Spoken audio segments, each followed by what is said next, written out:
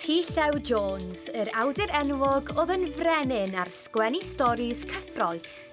O Bartiddi i Twmsion Cati, doedd dim stop ar ddychymyg anturus T. Llew, a phlant Ceredigion sy'n cofio amdano. Sgwennu stori sydd wedi hysbrydoli gan y gerdd yma. Yr hen di gwag. Dyna'r dasg sy'n wynebu disgyblion ysgol T. Llew Jones ger Llandysul. Mae 3 cymeriad, Jack, Mira a Gwen.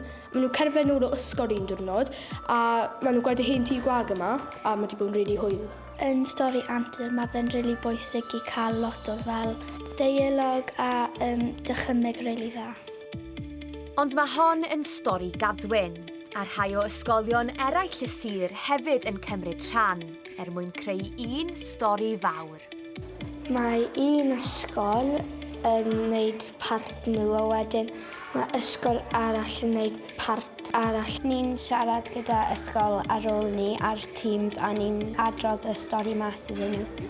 Ni'n gallu tynnu lluniau, na wneud mathematig, na dim byd fel yna, ond o'n i yn gallu sgwennu. Dyna rhyw ddawn ges i. Ac ydy, mae'n cael ei gofio hyd heddiw fel brenin llyfrau Cymru.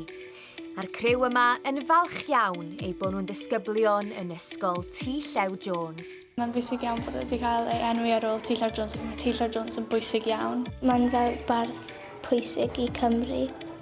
Creu stori newydd. Na dylanwad T. Llew Jones yn glir. Brenin dychymyg ag arwr plant Cymru.